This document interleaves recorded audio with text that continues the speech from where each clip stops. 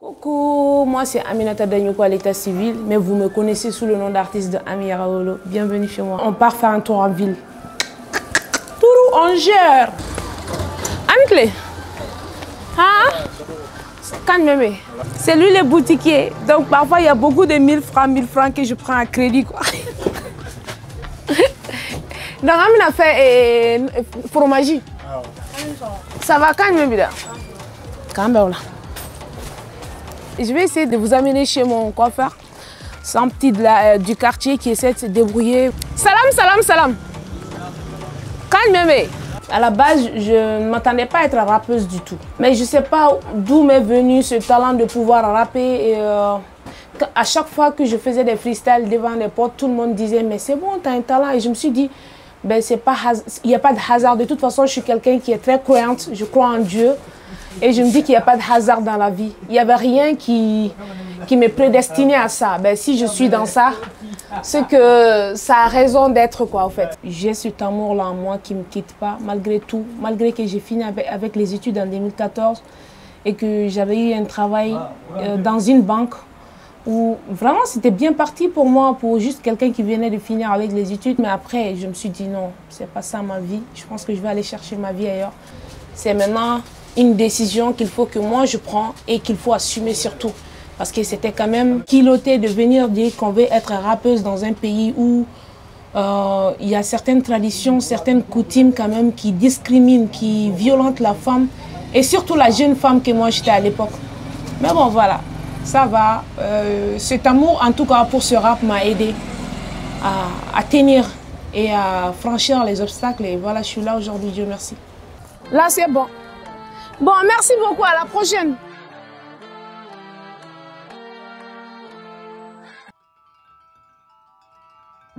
Je suis originaire de la région de Kaï.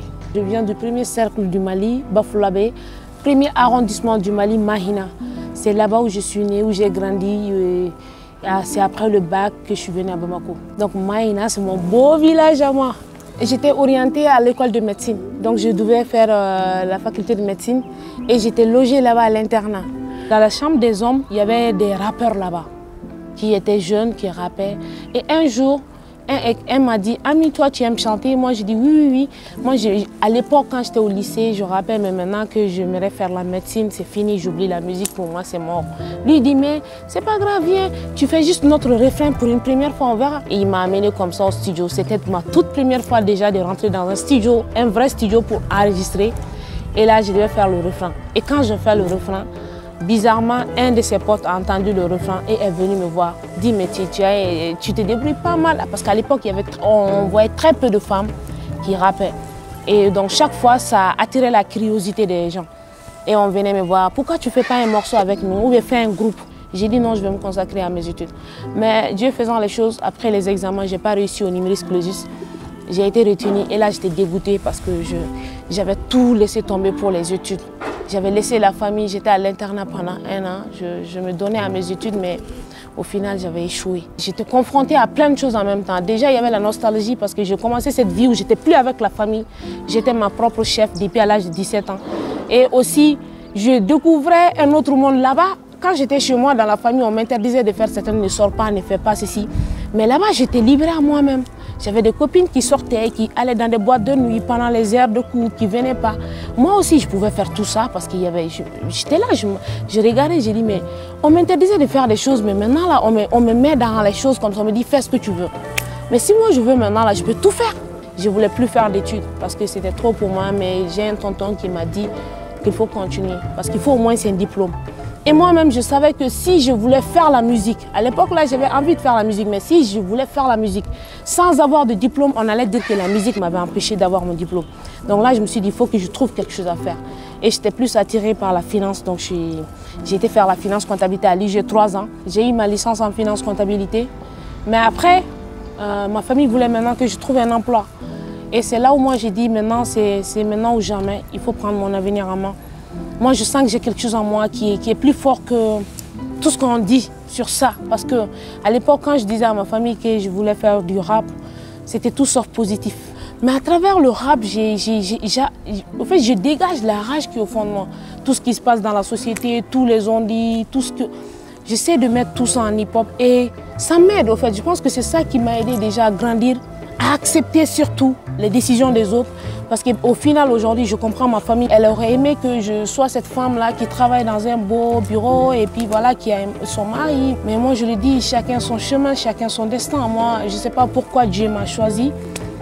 Venant de toute cette tribu-là, pourquoi moi, seul Dieu pourra répondre à cette question. Moi, une chose est sûre, je sais que je crois en moi, je crois en Dieu et je crois en ce que je fais. Donc peut-être ça va me prendre du temps, peut-être 10 ans encore.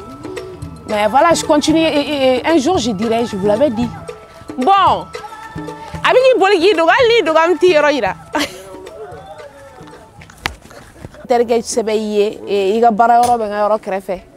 donc c'est normal. C'est lui qui fait les petites déplacements en plus. Malgré qu'il y a l'âge, mais c'est un ami aussi. On plaisante beaucoup. Dans le quartier, tout le monde est free, quoi. C'est en 2014 que mon tout premier album est sorti. Et c'est là que tout a commencé. C'est là où j'ai eu le déclic de tout laisser pour le rap, de me consacrer à ma vie d'artiste. C'était le 20 août. Et le titre, c'était Naissance. Et ça expliquait que le rap féminin était désormais né au Mali parce que c'était la première fois dans l'histoire qu'une rappeuse malienne sortait un album. Je me suis dit, après la sortie d'un album, les gens vont comprendre parce que je me suis débrouillée. Personne ne croyait en moi. Pour faire sortir le premier album, je remercie déjà de passage mon amie, ma soeur Manabou, qui a été ma toute première manageuse parce que quand je voulais sortir mon premier album, j'avais rien et à l'époque, je partais encore à l'école. Et c'est elle à chaque fois qui m'aidait avec les frais de studio, mon tout premier clip.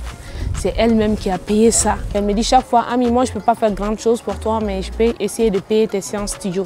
Et du coup, c'est grâce à son soutien, son aide, si moi j'ai pu sortir même mon premier album. Et elle a beaucoup contribué. Big up à toi, mon abonné ensemble. Et après 2014, quand l'album est sorti, j'étais aussi avec un nouveau manager, Jeff. On a travaillé ensemble, on a fait d'autres projets, j'ai pu faire d'autres collaborations. Et entre-temps, j'ai pu aller dans plusieurs festivals. J'ai été pour la première fois au Niger pour un festival. Ensuite, j'ai été au Bénin, en plus petit à petit. Et c'est après tout ça, je me suis présentée au prix Découvert RFI en 2017. Et j'ai été parmi les 10 finalistes, mais malheureusement, je n'ai pas gagné. Et après ça, donc je me suis dit, pourquoi ne pas sortir un second album? Ça, c'était toujours en autoproduction. Le premier album en autoproduction, le deuxième aussi, après 4 ans, c'était en autoproduction. Mais heureusement, cette fois-ci, j'avais Zach Prod qui était avec moi. Et lui, il m'a aidé à faire le second album, qui est sorti en 2018. Zach Prod, c'est un frère aujourd'hui. C'est pas un ami, c'est pas seulement mon ingénieur, mais c'est mon frère, c'est mon grand frère. C'est quelqu'un qui m'a rencontré en 2013, depuis que son studio était dans sa chambre. Il voyait que chaque fois, moi, je voulais venir au studio, mais je n'avais pas les moyens de me payer. Chaque fois, je venais, j'accompagnais les gens pour faire les refrains, mais je ne pouvais pas faire mon propre son chez lui. En tout cas, à l'époque, je ne pouvais pas me le payer. Donc, du coup, lui m'a dit, tu sais, moi, je crois en toi. À chaque fois que tu as envie de faire un morceau, viens, moi, je te fais gratuit. Et c'est là que c'est parti, 2 ans, 3 ans, et jusqu'à aujourd'hui. Dieu merci, aujourd'hui, c'est vrai que je suis dans un nouveau label. Mais je continue toujours de travailler avec Zach et puis c'est un frère, quoi. Après 2018, mon second album il est sorti. Et quand il est sorti, je marchais de porte en porte pour pouvoir vendre mon CD parce que je n'avais pas de distributeur ni rien. En tout cas, j'ai pu former entre-temps ma propre structure de communication d'Infari Event parce que pour la sortie de mon premier album, il a fallu qu'une structure assure la sortie. Et cette fois-ci, je n'avais pas de structure. Donc j'étais obligée moi-même de représenter ça. Et il fallait une structure. Donc j'ai dû créer une structure de communication pour sortir mon second album qui est sorti en 2018. Et grâce aussi au soutien non seulement de Zach, mais aussi du grand frère Yeli Fouzo, Yeli Madi, qui a assuré la sortie et aussi qui a accepté d'organiser le concert dédicace pour la 2e fois au Palais de la Culture. Donc j'ai fait le Palais de la Culture de Bamako 2 fois. Et après 2018, j'ai eu aussi la chance de participer à d'autres festivals. J'ai eu la chance aussi de voyager. J'ai pu faire des rencontres et collaborer avec beaucoup d'autres personnes. Et voilà, je continue mon petit bout de chemin. En tout cas, aujourd'hui, après 10 ans, Je ne suis plus seule parce que je travaille désormais avec des personnes qui ont cru en moi, qui ont accepté Ami Yarawolo comme elle était, qui n'ont pas voulu changer ma personnalité, qui veulent juste prendre le meilleur de moi et montrer ça au monde entier. Donc voilà, je tiens à remercier toutes ces personnes-là qui ont cru en moi. Merci, vous êtes les meilleurs. Calme-toi. Tu me fais là? Portugais. Ah, il est dans Portugais na kola. Nini musei masabale sawara nini na ndore ya.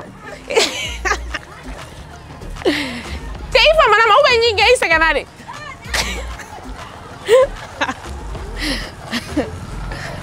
Vous venez de passer une journée avec moi, vous avez vu un peu à quoi ressemble ma vie. J'espère que vous avez beaucoup appris sur moi. Moi en tout cas, c'est un plaisir de vous raconter toutes ces choses. Ami Yarawolo, on est ensemble.